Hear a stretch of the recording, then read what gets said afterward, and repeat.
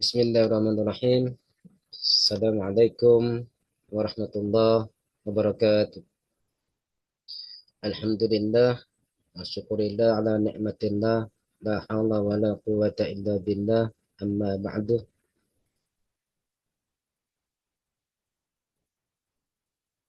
Pertama dan yang paling utama, pada kita selalu senantiasa memanjatkan puji dan syukur kepada Allah Subhanahu wa taala azza wa jalla, yang mana pada kesempatan kali ini Allah masih selalu senantiasa memberikan kepada kita semua kesehatan, kekuatan, kesempurnaan Islam dan iman, sehingga kita bisa hadir di tempat ini dalam rangka menunaikan salah satu tugas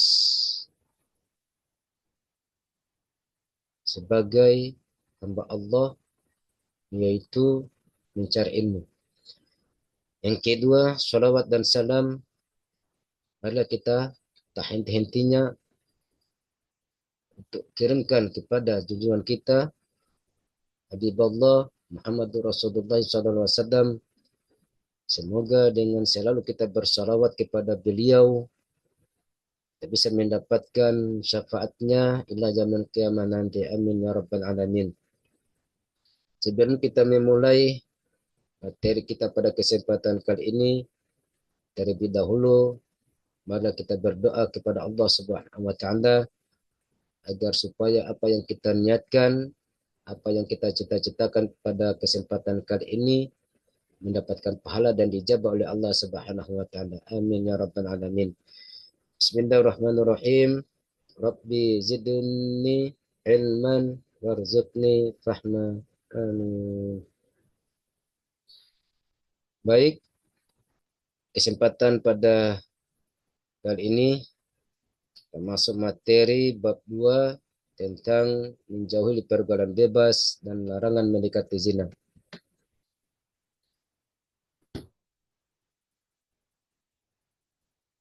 Yang melatar belakangi daripada materi kita kali ini yaitu membahas pergaulan bebas, adab berpakaian dengan segala konsekuensinya, bagaimana cara kita untuk menghindari pergaulan bebas dan menghindari zina.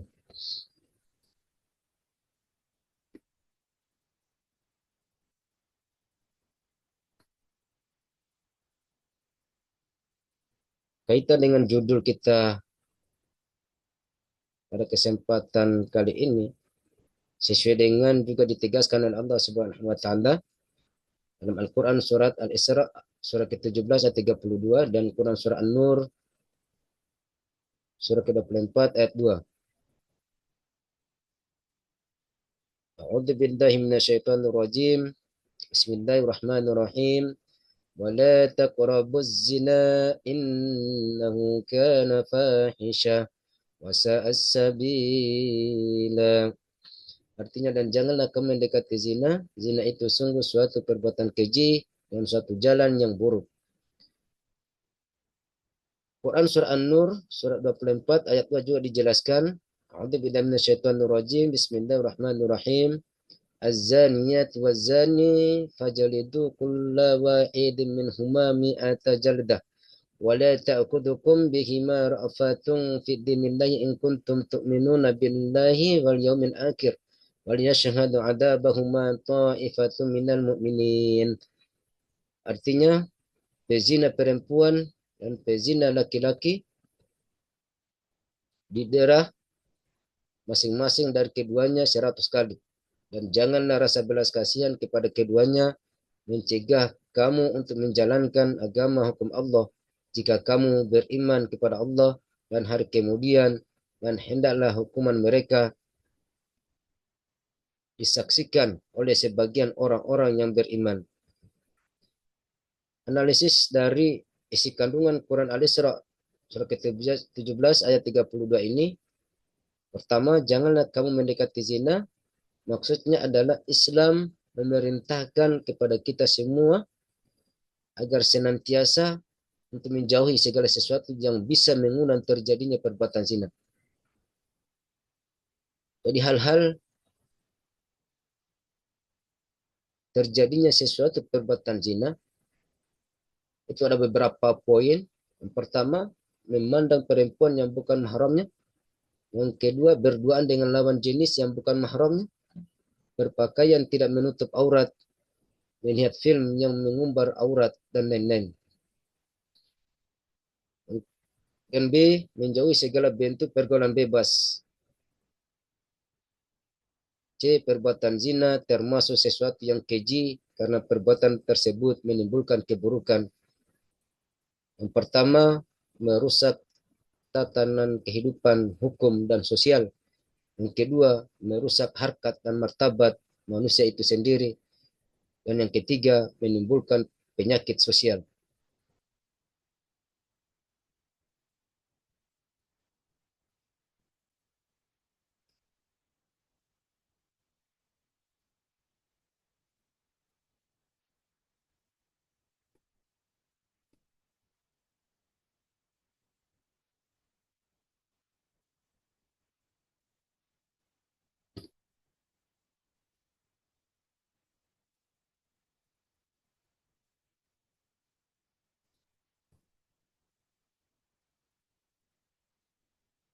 Pada Quran surah An-Nur,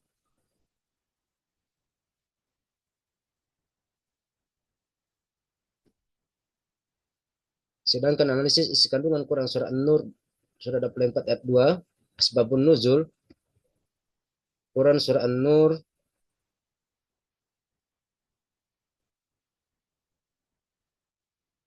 surah ke-24 ayat 2, asbabun nuzul, Quran surah An-Nur ke-24 ayat 2 ini diriwayatkan dari Sa'id bin Mansur yang bersumber dari Mujahid, ketika Allah mengharamkan zina. Di sekitar mereka banyak wanita pezina yang cantik. Kemudian turunlah ayat tersebut yang menegaskan bahwa wanita pezina hanyalah dikawini oleh laki-laki pezina atau laki-laki musyrik. Pada Quran surah An-Nur surah ke-24 ayat 2 menegaskan tentang kejinya perbuatan zina, sehingga Allah menetapkan pertama, sanksi hukum dari Allah Subhanahu wa taala sangat berat. Pelaku zina diberikan hukuman yang dikenakan hukuman kedua pelaku zina.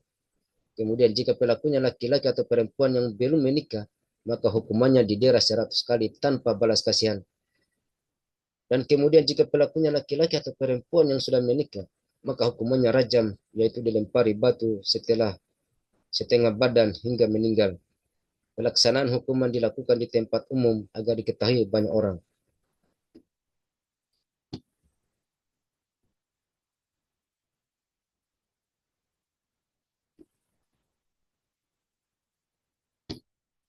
Ada beberapa sesuai, ada beberapa adab cara berpakaian sesuai dengan ketentuan syariat Islam. Pertama, memahami adab berpakaian menurut ketentuan Islam. Yang kedua, menghayati adab berpakaian menurut Islam. Yang ketiga, menerapkan adab berpakaian menurut Islam. Sedangkan terakhir, membiasakan adab berpakaian menurut Islam.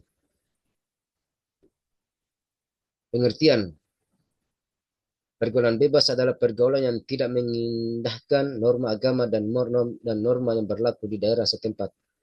Jadi pada hakikatnya bahwasannya sesuatu yang terjadinya zina diawali dari pergaulan bebas.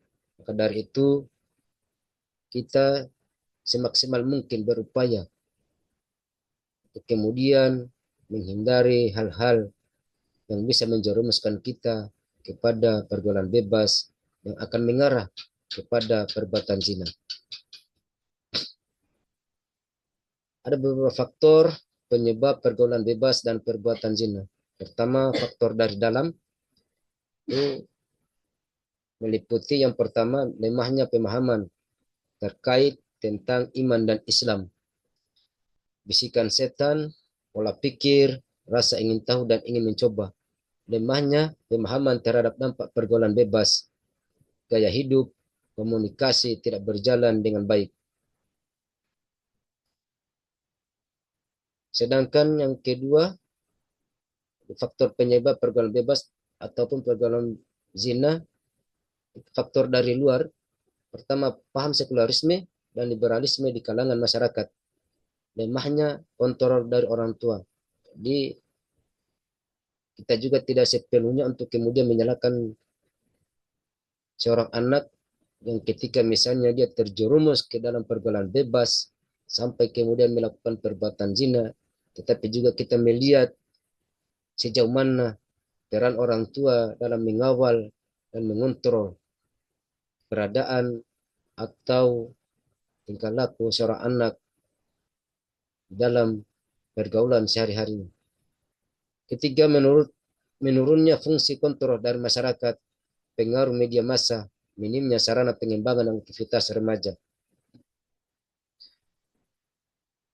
Tentu ketika seseorang melakukan perbuatan zina dan terjerumus dalam pergaulan bebas, tentu ada dampak negatif akan berakibat bagi pelaku zina tersebut. Pertama, melemahnya ketahanan iman, malas beribadah, pergaulan lawan jenis yang permisif, adanya pelanggaran dengan mengkonsumsi minuman keras, terjangkitnya penyakit kelamin, HIV dan AIDS, terjadinya tindak kekerasan. Manfaat dan hikmah menjauhi pergaulan bebas dan larangan mendekati zina. Dari sejak awal tadi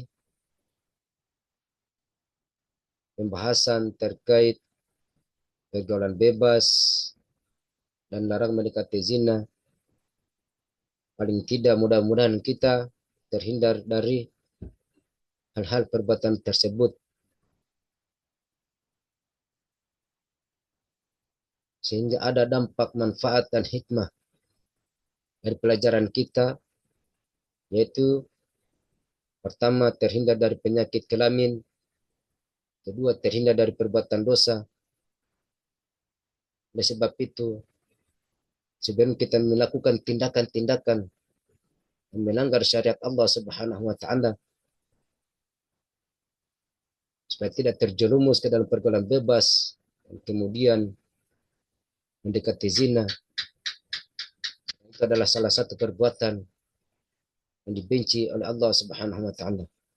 Terhindar dari penyakit kelamin, terjaganya nama baik keluarga, terhindar dari aib memalukan, jiwa dan raga tetap bersih.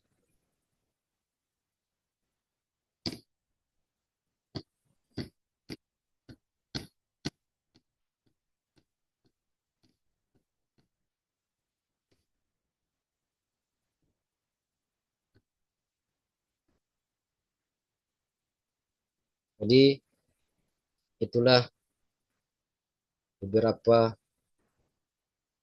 pembahasan terkait materi kita pada kesempatan kali ini. Semoga dari awal pembahasan sampai dari akhir pertemuan kita pada kali ini menjadikan kita sebagai insan-insan atau manusia-manusia yang bisa menjaga diri, yang bisa menjaga kehormatan bagi keluarga, orang tua secara umum, kepada lingkungan kita masyarakat, terhindar dari pergaulan bebas dan mendekati perbuatan zina. Mungkin itu saja pertemuan kita pada kesempatan kali ini. Semoga oleh Allah Subhanahu wa taala selalu senantiasa memberikan kesempatan kepada kita semua, kesehatan, umur panjang, sehingga kita bisa lagi berkumpul dan bertatap muka di tempat ini. Dari saya, akhirul kalam. Wassalamualaikum warahmatullahi wabarakatuh.